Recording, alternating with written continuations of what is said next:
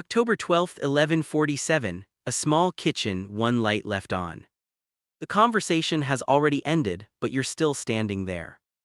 A glass of water in your hand, the refrigerator humming, your phone face down on the table as if it too is tired of being consulted. Someone you care about just said, "I don't understand you anymore." And for the first time in your adult life, you didn't try to fix that. No clarifications. No emotional footnotes. No carefully arranged paragraphs to bridge the distance. Just silence.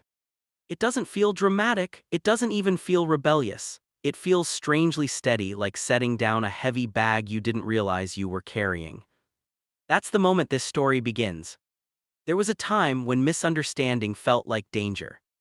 In your early 20s, maybe even your 30s, you rushed to repair every misinterpretation. You explained your silence so it wouldn't look like coldness. You softened your ambition so it wouldn't look like arrogance. You translated your depth so it wouldn't look like intensity.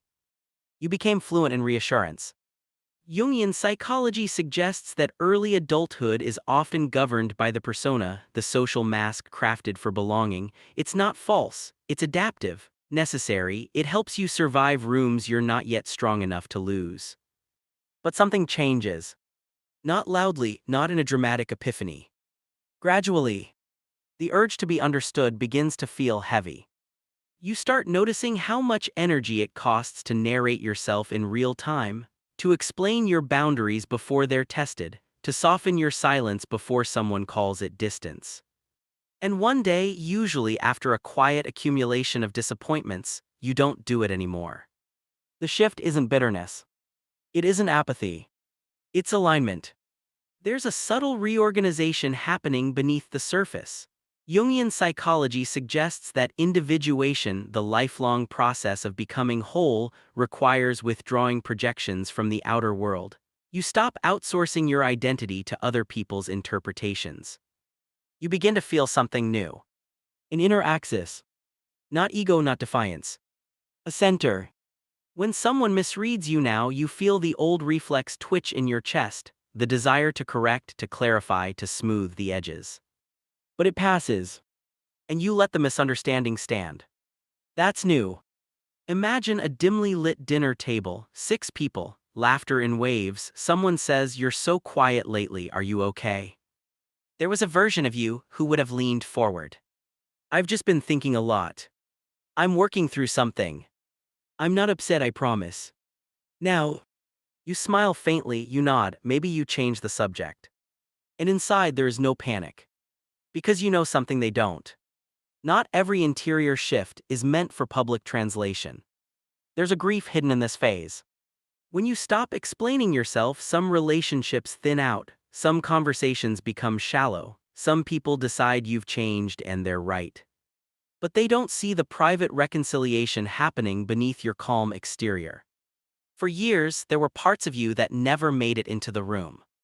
The ambition you downplayed. The anger you disguised as humor. The sensitivity you armored with intellect. The solitude you apologized for. You performed coherence while your inner life remained untranslated. Now something quieter is happening. The persona, that well-trained ambassador, is stepping aside. And in the background, the unlived self begins to breathe. It's not always comfortable. There are evenings when you wonder if you've become distant, if maturity has turned into detachment, if your silence looks like indifference. But the difference is subtle and profound. Detachment pushes away. Alignment no longer chases. When you no longer need to be understood, it's not because you've given up on connection. It's because your identity no longer depends on it. That's a dangerous kind of freedom. Because once you realize you can survive being misread, something irreversible happens. You stop negotiating your interior world for approval. There's a scene that plays out in many lives. A family gathering, old dynamics reactivated. Someone refers to you using a version of yourself that hasn't existed in years. The sensitive one. The dramatic one. The difficult one. The old you would have corrected them, offered evidence, updated the file. Now, you listen. You recognize the outdated projection like an old uniform hanging in a closet. It once fit, it once protected you. but you don't wear it anymore. And you don't feel compelled to explain why. That restraint, that quiet refusal to perform evolution on command, is where pride begins to take root. Not loud pride, not superiority. Quiet pride. The kind that doesn't need witnesses. You begin to notice something else. The more you stop explaining yourself, the more your words slow down, they become fewer, heavier, intentional. You no longer speak to fill discomfort, you speak when something inside aligns enough to move outward. Silence stops being a social liability. It becomes sovereignty. And that unsettles people. Because a person who no longer needs to be understood cannot be easily manipulated by misunderstanding. You can't shame them into self-disclosure. You can't pressure them into overclarification. You can't bait them into proving their depth. They are no longer negotiating their existence in public. They are living it privately. But hear the tension. If you stop explaining yourself, who will truly see you? That question lingers in the quiet moments, in the space between texts, in the car ride home after a conversation that skimmed the surface. There is a cost to this maturity. The world grows quieter around you. And in that quiet, you face something unavoidable. If you are no longer translating your interior world for others, are you finally listening to it yourself? That is where the story turns. Because the pride of no longer needing to be understood is not the end of the journey. It is the beginning of a deeper confrontation. One that asks, if no one is asking you to explain who you are you becoming in the silence? The first thing you notice is the quiet. Not external silence, but psychological quiet. It begins subtly. You stop rehearsing conversations in your head. You stop pre-writing explanations for reactions that haven't happened yet. The imaginary courtroom where you once defended your tone, your pace, your boundaries dissolves. And with it, something exhausting leaves your body. For years, you lived with an invisible audience. You measured your pauses. You calibrated your vulnerability. You shaped your sentences for maximum clarity, minimum friction. Even alone, you were narrating yourself, anticipating how you would be perceived. But now, in the middle of an ordinary Tuesday afternoon, you catch yourself doing nothing at all. No inner commentary. No defensive rehearsal. Just presence. Jungian psychology suggests that individuation requires the withdrawal of projections, not only the projections others place on you, but the ones you place on them. You begin to realize how much of your personality was built in reaction to being seen. The agreeable one. The composed one. The insightful one. Each identity carefully polished. And then slowly you grow tired of polishing. There is a moment, it often happens in solitude, when you feel the absence of that audience for the first time. You're walking alone at dusk, streetlights flicker on, the air is cooler than expected, no one is watching, no one is evaluating, no one is misunderstanding. And instead of feeling lonely, you feel unobserved. It's a different sensation. Loneliness aches. Unobserved freedom steadies. For much of your life, being seen incorrectly felt like a threat. Now you realize something disorienting. You were never truly seen anyway. People saw fragments, angles, reflections of themselves inside you. And you spent years adjusting to those reflections. Now you stop adjusting. This is where the misunderstanding deepens. From the outside, your restraint can look like withdrawal. Friends say you're harder to read. Colleagues say you've become more reserved. Family members wonder if you're drifting. What they don't see is the interior consolidation happening beneath the surface. You are not withdrawing from life. You are withdrawing from performance. The difference is invisible unless someone has crossed the same threshold. You still feel deeply. You still think intensely. You still care. But you no longer externalize every movement of your inner weather. And that unsettles those who depended on your transparency. There is a quiet confrontation that happens here. When you stop explaining yourself, certain people attempt to pull you back into the old rhythm. Why are you being distant? Just tell me what you're thinking. You used to open up more. There's a flicker of guilt. A part of you wonders if maturity has made you guarded, if growth has built walls. But if you listen closely, beneath the social pressure, you notice something else. You are not closed. You are selective. That's new. Before, you shared to prevent misunderstanding. Now you share when it feels aligned. The motivation has shifted from anxiety to intention. And that shift changes everything. Jungian psychology suggests that as the self strengthens, it becomes less dependent on mirroring. In earlier stages of life, identity forms through reflection. We need others to see us so we can see ourselves. But eventually, a deeper center forms, an inner witness. When that witness stabilizes, the external mirror loses its urgency. You no longer need constant confirmation that you are coherent, deep, evolving, complex. You already know. And knowing privately carries a strange weight. Because when you no longer require validation, you also lose the dopamine of reassurance, the subtle rush of being understood, the warmth of immediate recognition. Silence feels colder at first. You feel the space where applause used to be. And in that space, you face an uncomfortable question. If you're not performing depth anymore, what remains? What remains is quieter, slower, harder to explain.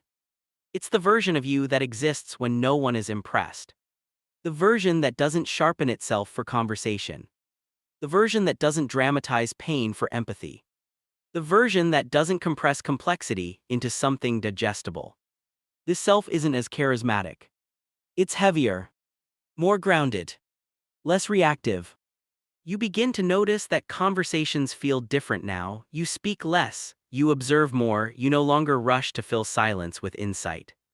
And sometimes, in the middle of a group, you feel almost invisible. But instead of shrinking, you expand inward. Because invisibility no longer erases you. It protects you. There is pride here. Not the pride that boasts. Not the pride that announces transformation. This is private pride. The pride of restraint. The pride of not correcting someone's incomplete picture of you. The pride of not defending your boundaries with essays. The pride of allowing others to misunderstand without scrambling to repair it. It's a subtle shift in power. When you needed to be understood, you were tethered to interpretation. Now you are anchored to identity. And anchors don't move just because someone mislabels them. But this withdrawal from the audience comes with a cost you didn't anticipate. When you stop translating yourself, some connections dissolve. Not dramatically. Quietly. Texts become shorter, invitations become rarer, conversations lose depth. You begin to realize how many relationships were built on your willingness to explain yourself. Without that effort, the structure weakens. And in the quiet that follows, you feel a flicker of doubt. Have you grown or have you isolated? The line between maturity and distance is thin. You sit with that question longer than you expected. Because here is the uncomfortable truth. When you no longer need to be understood, you also stop needing to belong everywhere. And belonging has always been the stronger instinct. So what happens next? What happens when the need for belonging collides with the integrity of your inner alignment? That's where the quiet pride faces its first real test. The first real test doesn't arrive as conflict. It arrives as space. A Friday night with no invitations. A message left unanswered a little longer than usual. A familiar circle laughing at references you no longer find funny. Nothing dramatic happens. But you feel it. The subtle widening between who you've become and who they still believe you are.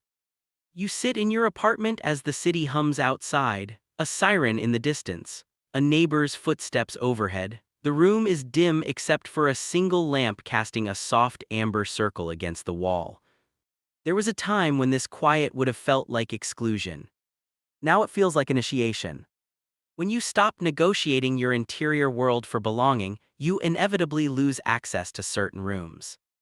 Not because you were rejected, but because you stopped bending. And bending was once your gift. You knew how to adapt your humor, your tone, your vulnerability. You knew how to make others comfortable. You could sense tension before it surfaced and soften it before it hardened. That skill built connection. But it also diluted you. From a Jungian perspective, individuation requires a confrontation with the shadow, not only the darker impulses but the parts of you that were suppressed for approval. The anger you labeled as too much.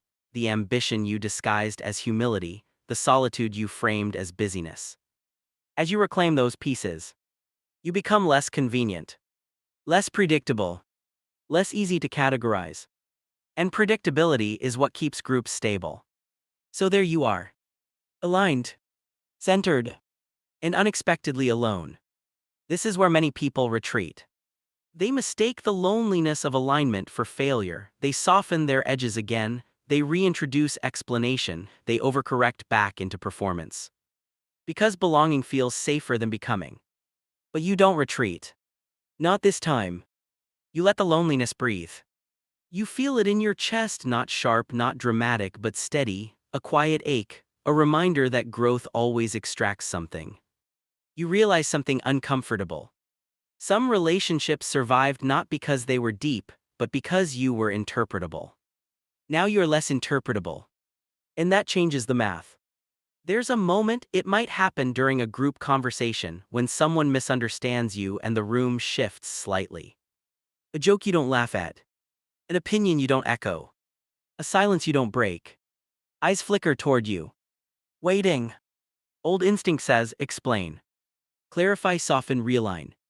But the new instinct, slower, steadier, says, stay. You don't harden, you don't withdraw dramatically, you simply remain as you are. And in that stillness, something profound happens. You realize you can withstand the tension of being misaligned with the group. That realization is a threshold. Because once you discover you can survive social friction without self-betrayal, your center strengthens permanently. Jungian psychology suggests that the self, the deeper organizing principle of the psyche, is not built in comfort. It forms through tension between opposites, belonging and individuality, connection and solitude, expression and restraint. You are living that tension now. You still value connection. You still crave resonance. But you refuse to fracture yourself to maintain it. That refusal feels both empowering and isolating. It's not glamorous. There are evenings when doubt creeps in. You wonder if your silence has become armor. If your selectivity has become avoidance. If your pride has quietly turned into superiority. These are necessary questions. Because quiet pride can become quiet arrogance if left unchecked. So you examine yourself. Carefully. And what you find is not contempt for others, but reverence for your own interior. That's different. There's a scene you replay in your mind. A past version of you sitting at a table, laughing too loudly at something that didn't resonate, nodding along to avoid discomfort, offering personal stories to create closeness that never truly formed. You don't judge that version. You understand them. They were trying to belong. But belonging built on performance always requires maintenance. Now your belonging must meet you where you actually stand. And that narrows the field. Fewer people can access you. But those who can will meet something real. The loneliness of alignment is transitional. It's the space between shedding and rebuilding. Like standing in a forest after a controlled burn, the ground looks bare, the air smells unfamiliar, the old undergrowth is gone. But the soil is finally clear enough for something stronger to root. You begin to notice subtle shifts. One conversation that feels unforced. One person who doesn't demand explanation. One silence that feels shared instead of awkward. And suddenly, you understand something crucial. When you stop explaining yourself to everyone, you create space for the few who don't require translation. This is not isolation. It's filtration. Still, there is one final confrontation left. It's not with friends. Not with family. Not with the social world at all. It's with yourself. Because once the noise of constant explanation fades, there is no distraction left. No audience to manage. No identity to polish. No misunderstanding to correct. Only you. And in that depth of quiet, a question surfaces that cannot be avoided. If you no longer need to be understood, are you ready to fully understand yourself? That is where quiet pride either matures or collapses. It happens on an ordinary morning. 6:18 a.m. The sky still blue-gray, the world not yet demanding anything from you. You're sitting by a window, coffee cooling beside you, no notifications, no conversations waiting to be navigated, just a stillness that feels almost unfamiliar in its completeness. There is no one to misunderstand you here. And for the first time, that isn't the point. When the need to be understood falls away, something else rises to the surface, something you may have postponed for years. Self-honesty. Without the distraction of performance, you can no longer hide behind how others perceive you. You can't blame misinterpretation for your discomfort. You can't attribute your restlessness to being unseen. The mirror is internal now. From a Jungian perspective, this is where the reconciliation between persona and unlived self becomes unavoidable. The mask has loosened, the audience has thinned, the silence has expanded. And in that silence, parts of you begin to speak. Not dramatically, but persistently. You notice the ambitions you muted to remain approachable. The anger you disguised as calm maturity. The longing for solitude you framed as independence. When you no longer need to be understood, you also lose the excuse of being misread. You must ask harder questions. Were you truly unseen? Or were you partially hiding? That question lands differently. Because quiet pride can protect authenticity, but it can also protect avoidance. So you sit with yourself. No explanations. No defense. Just inventory.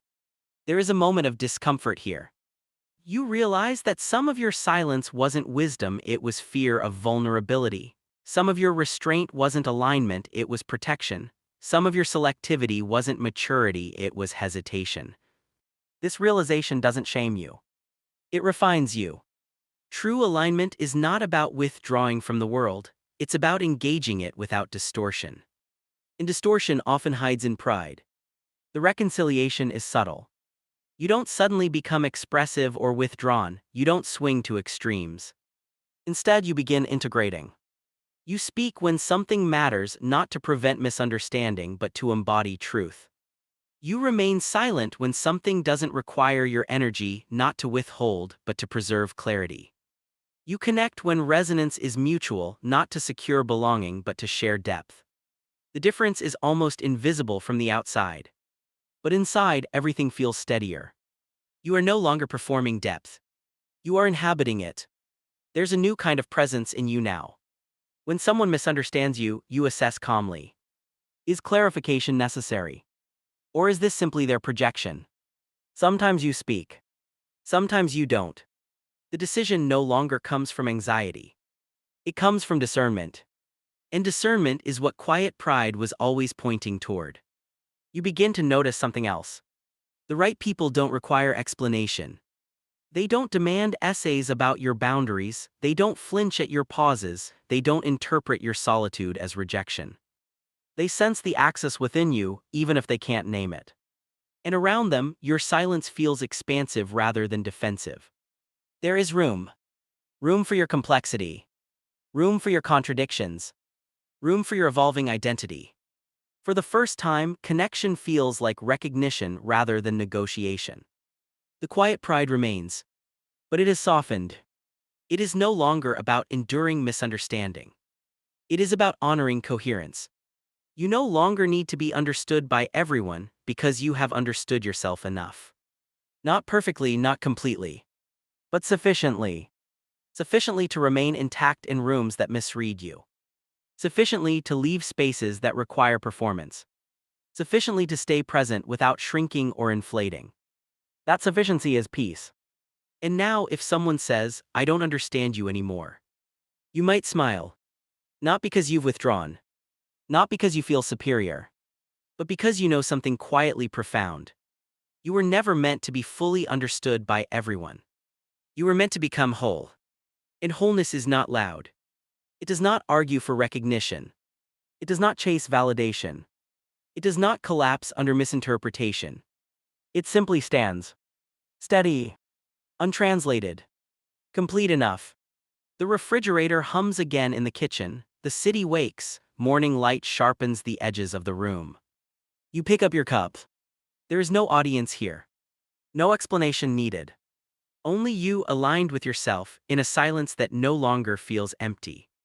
And that is the quiet pride of those who no longer need to be understood.